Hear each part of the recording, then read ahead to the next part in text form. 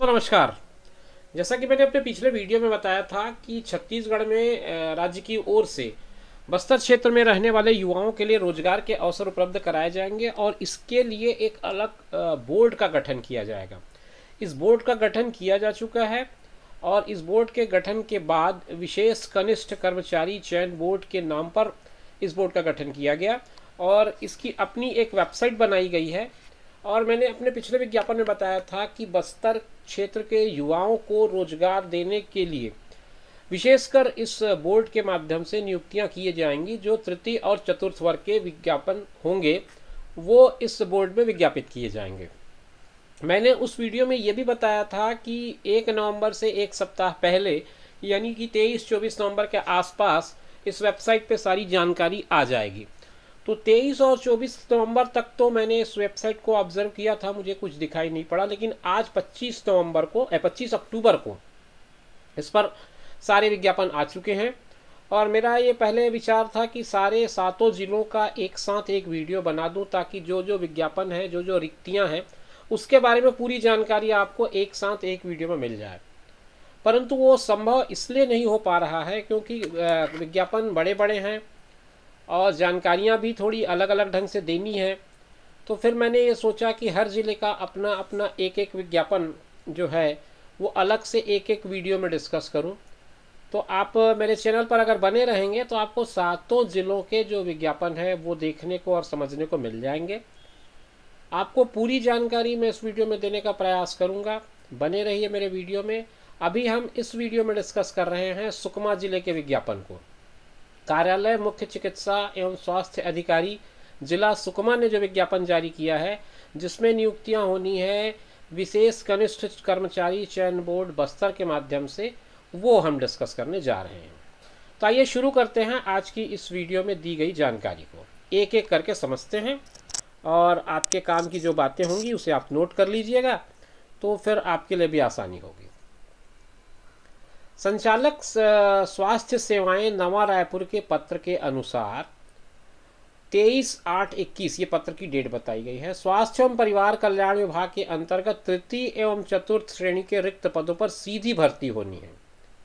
अलिपि की मतलब non clerical post जो है पैरामेडिकल एवं नर्सिंग तृतीय श्रेणी सेवा भर्ती नियम का संशोधन किया गया है और उसके हिसाब से फार्मासिस्ट ग्रेड 2, ग्रामीण स्वास्थ्य संयोजक पुरुष या महिला dresser grade 1, dresser grade 2, lab assistant, dark room assistant एवं चतुर्थ श्रेणी जिसे कि भृत्य, OPD attendant, ward boy, ward आया, ओटी अटेंडर, चौकीदार, चतुर्थ श्रेणी धोबी, स्वीपर या कुक आदि के जो रिक्त पद होंगे उनको सीधी भर्ती से भरे जाने के लिए जो स्थानीय निवासी होंगे, जिला सुकमा का जो स्थानीय निवासी होंगे, ये ध्यान रखें, जिला सुकमा के पात्र एवं इच्छुक स्थानीय निवासी से विशेष कनिष्ठ कर्मचारी चयन बोर्ड बस्तर के वेबसाइट, ये वेबसाइट का एड्रेस है, आप चाहें तो नोट कर लें।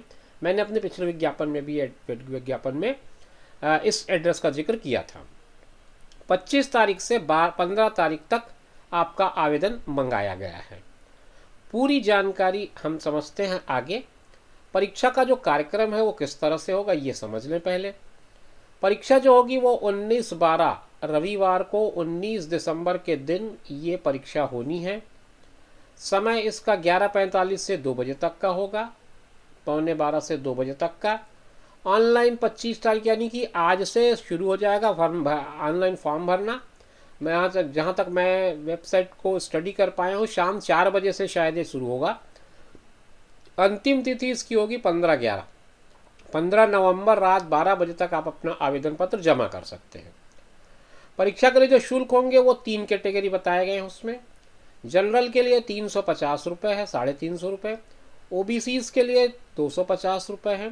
SC ST और फिर फिजिकली चैलेंज यानी कि दिव्यांगजनों के लिए 200 रुपये है। ये हो गई बात परीक्षा शुल्क की। अब आगे चलें। इसके लिए क्या होगा, एक लिखित परीक्षा होगी।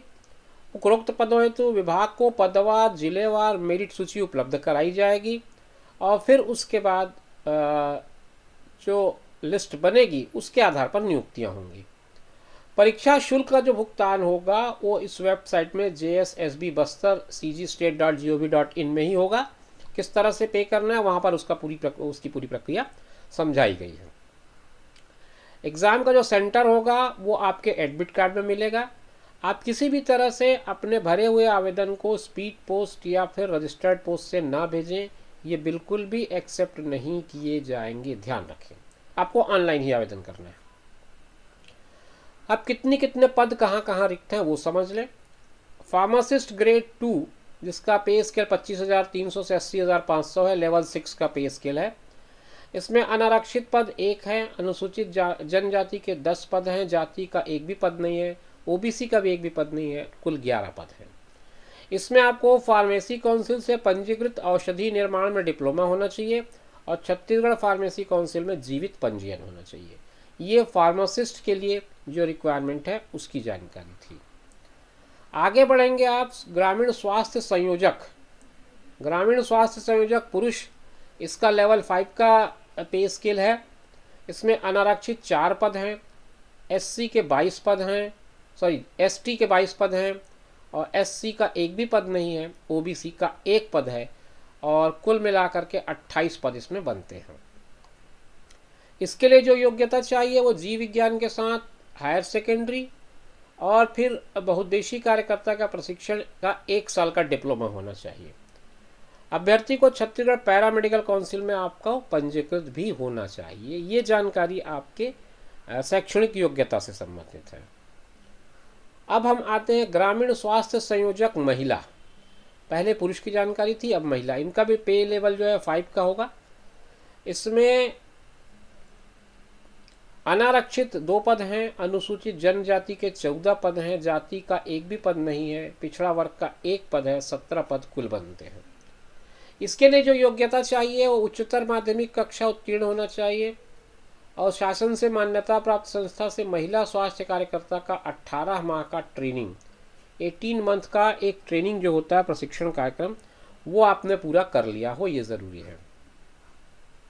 इसके अलावा अभ्यर्थी को छत्तीसगढ़ नर्सिंग काउंसिल में महिला स्वास्थ्यकर्ता के रूप में पंजीकृत भी होना चाहिए। इसके बाद चौथे नंबर पर आते हैं ड्रेसर। इसमें लेवल 4 का स्केल मिलेगा आपको।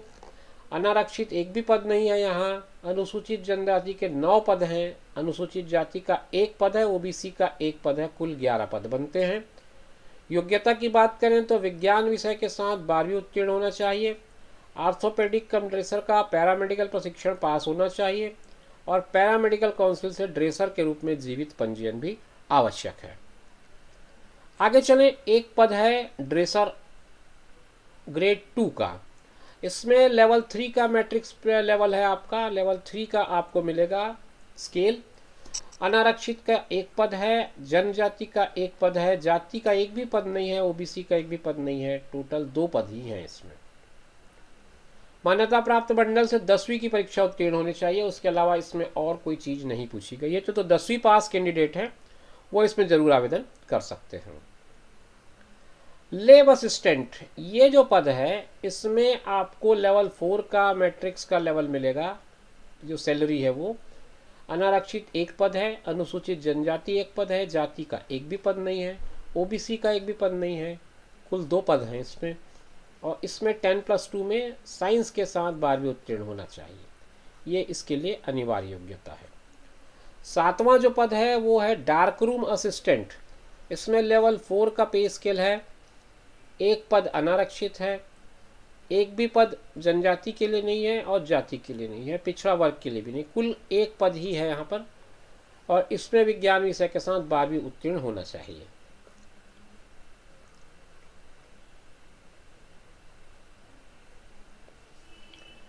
भृत्य जो है उसका लेवल 1 है। इसमें कुल मिला के 5 पद आपको अनुसूचित जनजाति के हैं, जाति का 1 पद है और पिछड़ा वर्ग का 1 पद, तो 7 पद इसमें बनते हैं। अनारक्षित कैटेगरी में एक भी पद इसमें रिक्त नहीं बताया गया है। 9वें नंबर पर है ओपीडी अटेंडेंट, या जो कि क्लास 4 का पोस्ट है, लेवल 1 का ग्रेड मिलेगा आपको। इसमें 1 पद अनारक्षित है, 3 पद जो हैं वो अनुसूचित जनजाति के हैं, जनजाति और जाति और पिछड़ा वर्ग इनके पद नहीं है, कुल 4 पदों का रिक्ति बताया गया है। पद नाम वार्ड बॉय। वार्ड बॉय के लिए लेवल 1 का आपको पे स्केल मिलेगा। 1 पद अनारक्षित, 3 पद जनजाति, 1 भी पद नहीं है जाति के लिए और पिछड़ा वर्ग के लिए 1 पद, कुल 17 पद। कक्षा 5वीं उत्तीर्ण होना चाहिए आपको। वार्ड आया, इसमें आपको लेवल 1 का पे स्केल मिलेगा। 1 भी पद अनारक्षित नहीं है, जनजाति का 8 पद है, जाति का 1 भी पद नहीं है, पिछड़ा वर्ग का 1 भी पद नहीं है, भूतपूर्व सैनिक का 1 पद है इसमें अनुसूचित जाति में। तो इस तरह से 9 पद बन जाते हैं। तो 9 पदों में आप अपना आवेदन प्रस्तुत कर सकते हैं।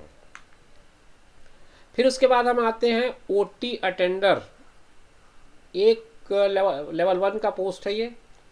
इसमें आपको कोई भी पद अनारक्षित नहीं है, अनुसूचित जनजाति में 3 पद हैं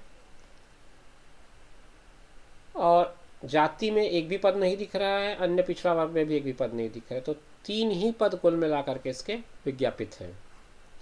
चौकीदार का लेवल 1 का पे स्केल मिलेगा आपको, अनारक्षित 1 पद, अनुसूचित जनजाति 1 पद, अनुसूचित जाति कोई पद नहीं, पिछड़ा वर्ग में कोई पद नहीं, कुल मिला के 2 पद। फिर चतुर्थ श्रेणी में आपको CHC बिला का पद है जो कि लेवल 1 का है।